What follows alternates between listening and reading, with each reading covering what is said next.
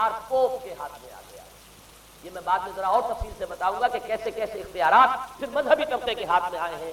اس کے نتیجے میں تاریخ انسانی میں ورسٹ فارم آف تھیوکریسی پیدا ہوئی. تھیوکریسی کسے کہتے ہیں؟ جو آج کی اصطلاح میں گالی تھیوکریسی. قائد اعظم کے جملے آپ نے کئی پڑھے ہوں گے. اسلام میں کوئی تھیوکریسی نہیں, مذہبی طبقے کی حکومت نہیں اسلام, اور 100% درست ہے. تھیوکریسی کہتے ہیں مذہبی حلقے کی, مذہبی طبقے کی حکومت, اس کے ہاتھ میں اختیارات آ گئے. اور قرآن مجید میں اسی وجہ سے ان کے اوپر الزام لگایا گیا اتخذوا احبارهم ورهبانهم اربابا من دون اللہ. انہوں نے اپنے علماء اور صوفیوں کو اللہ کے سوا اپنے معبود بنا لیا. حضرت عدی بن حاتم رضی اللہ تعالیٰ عنہ جب ایمان لائے, یہ حاتم طائی جو مشہور ہے سخاوت میں, ان کے بیٹے ہیں, قبیلہ طے سے ان کا تعلق ہے. حاتم طائی تو طے سے ہے, ان کے بیٹے عدی ہیں, یہ عیسائی تھے. یہ جب ایمان لائے اور پھر انہوں نے قرآن پڑھا تو انہیں ایک اشکال ہوا کہ قرآن مجید میں تو ہم پر الزام لگایا گیا ہے کہ اتخذوا احبارهم ورهبانهم اربابا من دون اللہ. تو عرض کیا انہوں نے, ڈرتے ڈرتے عرض کیا ہوگا حضور کی خدمت میں کہ حضور یہ بات تو کوئی درست نہیں معلوم ہوتی, ہم نے تو کبھی اپنے علماء اور رہبان کو خدا نہیں سمجھا. وہ اس مغالطے میں تھے کہ جب تک سجدہ نہ کیا جائے شاید خدا نہیں مانا گیا. حضور نے پوچھا کیا ایسا نہیں ہے کہ جس چیز کو وہ حلال کہتے تم حلال مان لیتے ہو, جس چیز کو حرام کہتے حرام مان لیتے ہو؟ یہی تو فرمایا اربابا من دون اللہ. تحلیل و تحریم کا اختیار صرف اللہ کے ہاتھ ہے, یا اللہ کے نمائندے کی حیثیت اس کے رسول کے پاس ہے, جس کو وحی آتی ہے. اس کے بعد کسی کو اختیار نہیں ہے. اجتہاد کر سکتا ہے لیکن اجتہاد کے لیے دلیل دینی ہوگی نص سے. کتاب اللہ سے کوئی دلیل لاؤ, سنت رسول اللہ سے کوئی دلیل لاؤ, استنباط کرو, عقل سے بات کرو. لیکن یہ ہے کہ تحلیل و تحریم یہ خدائی اختیار ہے, اللہ کے ہاتھ میں اس کا اختیار ہے. اور اللہ کے نمائندے کی حیثیت سے زیادہ یہ اللہ کے رسولوں کے ہاتھ میں اختیار آتا ہے. اس کے علاوہ کسی اور کے لیے یہ مان لیا گیا تبھی تو ان کو خدا بنا دیا گیا. اسی معنی میں آج کی جمہوریت جو ہے وہ بدترین شرک ہے کہ یہاں یہ تسلیم کیا جاتا ہے کہ ساورنٹی جو ہے وہ عوام کی ہے. ساورنٹی آف دی پیپل کیا معنی ہے کہ عوام کے نمائندے جو چاہے قانون بنا دیں, جس چیز کو چاہے حلال ٹھہرائیں, جس چیز کو چاہے حرام ٹھہرائیں. ان کے پاس حلت و حرمت کے جو پورے اختیارات ہیں ان کے پاس آ گئے. یہی تو خدائی مقام ہے, خدا کا مقام دے دیا گیا. اس سے بڑا شرک کیا ہوگا؟ در حقیقت حاکمیت غیر اللہ اس دور کا سب سے بڑا شرک. تو وہاں یہ حق جو ہے دے دیا گیا علماء کے ایک طبقے کو, پوپ کو. تو گویا کہ تاریخ انسانی کی بدترین تھیوکریسی, بدترین مذہبی استبدادی حکومت قائم ہوئی ہے یورپ میں. اس کے حوالے سے میں کچھ تاریخی حوالے بھی ہم آپ کے سامنے رکھیں. دیکھیے جب تک پال نے یہ کام شروع کیا ہے تو تقریباً 3 صدیوں تک تو یہ صرف ایک مذہبی تبلیغ کا کام ہوا. انہوں نے کوششیں کی, محنتیں کی, پیغام پہنچایا. اور جیسا کہ میں عرض کر چکا ہوں اس وقت تک گڈمٹ تھے, پال کے ماننے والے بھی تھے اور حضرت مسیح کے جو اصل صحابہ تھے جو ان کے حواریین تھے ان کے ماننے والے بھی تھے. لہذا کشمکش ان کے اندر بھی چل رہی تھی. لیکن ظاہر بات ہے کہ حضرت مسیح کے اصل حواریین وہ تو اول تو یہ کہ اپنی گفتگو رکھ رہے تھے محدود بنی اسرائیل تک. نمبر 2 یہ کہ انہوں نے تو شریعت کو ثابت نہیں مانا. جنگل کی آگ کی طرح جو مسیحیت پھیلی ہے وہ پالیزم والی ہے, اس لیے کہ اس میں تو کوئی شریعت کا کوئی بوجھ نہیں, کوئی حلال نہیں, کوئی حرام نہیں, کوئی نماز نہیں, کوئی روزہ نہیں.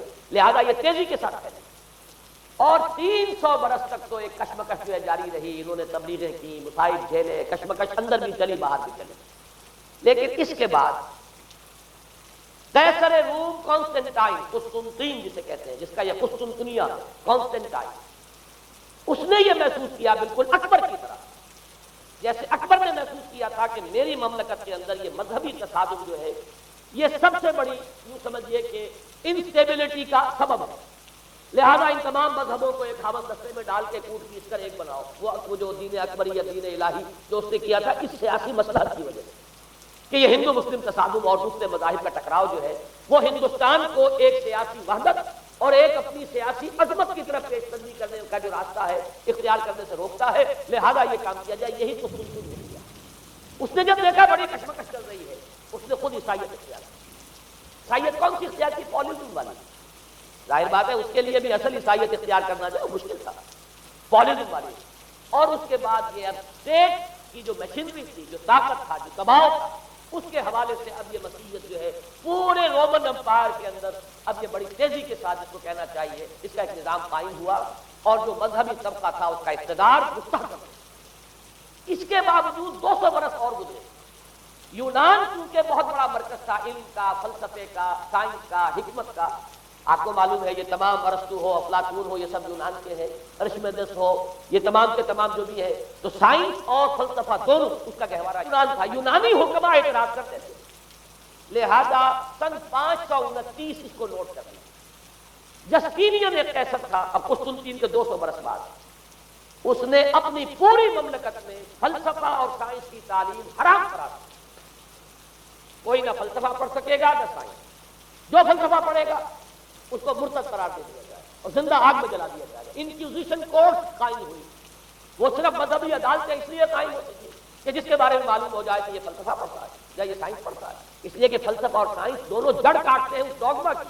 وہ ڈوگما جو پالزم والا ڈوگما ہے، اس کی جڑ کھودنے والی ہے دونوں چیزیں، اور چونکہ وہ دونوں عقل کو اپیل کرتی ہیں، یہ ڈوگما عقل کے متضاد ہے، لہذا مذہب کا تحفظ اس طرح ہو سکتا ہے کہ اب ان دونوں کو بالکل ممنوع قرار دے دیا جائے۔ یوں سمجھیے کہ تقریباً 1000 برس تک یورپ میں، چونکہ سب سے بڑی امپائر ہے، یورپ میں فلسفہ اور حکمت اور یہ سائنس کی تعلیم ممنوع ہے۔ یہ ہے در حقیقت سب سے پہلا کام جو جسٹینین نے کیا 529۔ اس کے بعد آگے چل کر پوپ کا جو اقتدار ہے وہ اتنا زبردست بنا ہے، پوپ کو اختیار حاصل ہو گیا، جس چیز کو چاہے وہ قانون کا درجہ دے دے، اس لیے کہ شریعت تو ہے نہیں، خلا پوپ کون کرے گا؟ پوپ کو اختیار حاصل ہو گیا، وہ جس کے گناہ چاہے معاف کرے۔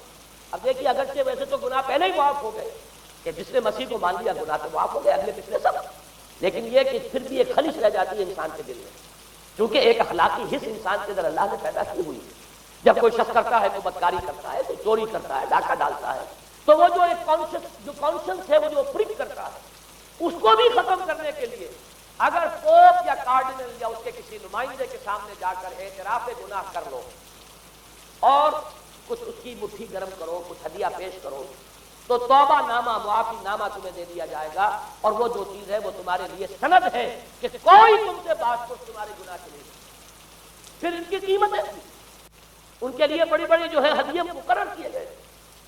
تیسری چیز، بائبل کا اول تو یہ کہ مفہوم جو ہے وہ کوئی سند نہیں ہے، اس لیے کہ بائبل ہانٹ کر رہی ہے، اولڈ ٹیسٹمنٹ بھی ہے، یہ حضرت مسیح کی یہ 4 انجیلیں بھی ہیں، یہ تعلیم کچھ اور ہے، لہذا بائبل جو ہے وہ سند نہیں ہے۔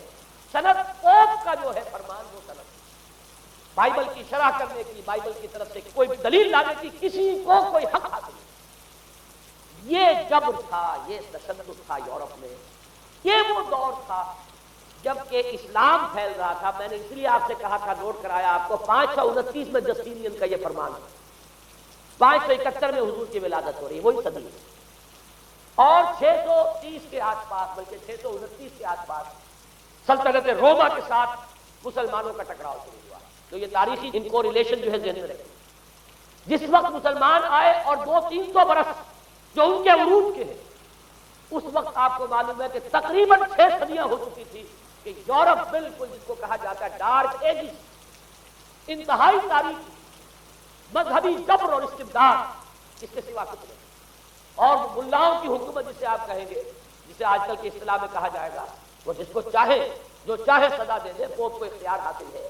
کسی کے بارے میں ذرا جیسے بعض اوقات خبریں سچی ہیں یا جھوٹی، لیکن میں مثال دے رہا ہوں، جیسے خبریں آتی رہی ہیں ایران کے بارے میں کہ کہیں اگر معلوم ہو گیا تو پاسداران انقلاب پہنچے اور خبری ٹرائل اور فوراً ختم کیا آتی۔ اس قسم کے انکوزیشن رپورٹ جو ہے وہ کورٹ وہاں قائم ہوئی، اور یوں سمجھیے کہ لاکھوں افراد تحت دیے گئے، زندہ جلائے گئے۔ لیکن اس کے بعد جب عالم اسلام میں وہ روشنی پھیلی، اور خاص طور پر بنو عباس کے زمانے میں، اب بھاگ بھاگ کر وہاں جو بھی تھے فلسفے کے اور سائنس کے کوئی دلچسپی رکھنے والے، وہ بھاگ کر عالم اسلام میں آ گئے۔ یہاں اب وہ کتابیں جو ہے ان کے ترجمے ہوئی، خاص طور پر مامون اور ہارون الرشید کے زمانے کے اندر یہ علم جو ہے ہندوستان سے بھی لیا، یونان سے بھی لیا مسلمانوں نے، اور اس کے بعد یہ غرناطہ اور قرطبہ کی یونیورسٹیوں کے ذریعے سے اس علم نے پینیٹریٹ کیا ہے دوبارہ یورپ میں۔ دیکھیے سرکل کیسے بنا ہے، یونان کا علم آیا ہے پہلے عالم اسلام میں، مڈل ایسٹ میں، اور پھر ادھر سے ہو کر چکر کھا کر اور اسپین کی یونیورسٹیوں کے ذریعے سے یورپ میں انٹروڈیوس ہوا ہے۔ اس وقت پھر اصلاح مذہب کی تحریک شروع ہوئی، اور ساتھ ہی تحریک احیاء العلوم اس کے نتیجے میں وہاں بیداری پیدا ہوئی۔ لیکن یہ بیداری اب آپ نوٹ کر لیجئے، ایک تو پروٹیسٹنٹ مذہب پیدا ہوا، اور کئی سو برس تک تصادم رہا کیتھولک کے اندر اور پروٹسٹنٹس میں. پورے اسلام کی تاریخ میں کبھی اتنے خونی فسادات نہیں ہوئے ہیں, کبھی بھی شیعہ سنی فساد بھی کبھی اتنا نہیں ہوا جتنا کہ کئی سو برس تک رومن کیتھولک اور پروٹسٹنٹس کے مابین یورپ میں ہوتا رہا. بلکہ اس میں تو ایسے ایسے واقعات آتے ہیں کہ لگ بھگ 10 لاکھ افراد جو ہیں وہ ختم ہوئے ہیں. یہ آپس کا تصادم جو تھا, پروٹسٹنٹ مذہب جو پیدا ہوا اصلاح مذہب کی تحریک کے ذریعے سے, اور وہ رومن کیتھولک پاپائیت والا نظام, ان کے درمیان جو تصادم ہوا 10 لاکھ کی تعداد بتائی جاتی ہے کہ آدمی مارے گئے. بلکہ فرانس کا ایک شہر ہے, وہاں تو 19 دن تک مسلسل قتل عام کیا گیا پروٹسٹنٹ کا, اور وہاں حاملہ عورتوں کے جو ہے پیٹ کاٹ کر کے بچے نکال کر ان کو بھی جو ہے قتل کیا گیا. یہ سارا ظلم جو ہے وہاں ہوا ہے, تصادم ہوا ہے. اس کے نتیجے میں آپ خود سوچئے کہ کس قدر نفرت پیدا ہوئی عوام کے اندر مذہب سے. اس کے ساتھ ہی اب وہ علم شروع ہوا, سائنس شروع ہوئی. لہذا علم اور سائنس دونوں کی جڑ میں مذہب سے شدید نفرت پیدا ہوئی. یہ ہے وہ سبب کہ جس نے یہاں سے راستے علیحدہ کر دیے, اور مذہب ان کے جبر کرتا ہے. مذہب ان کے عقل کے اوپر بیڑیاں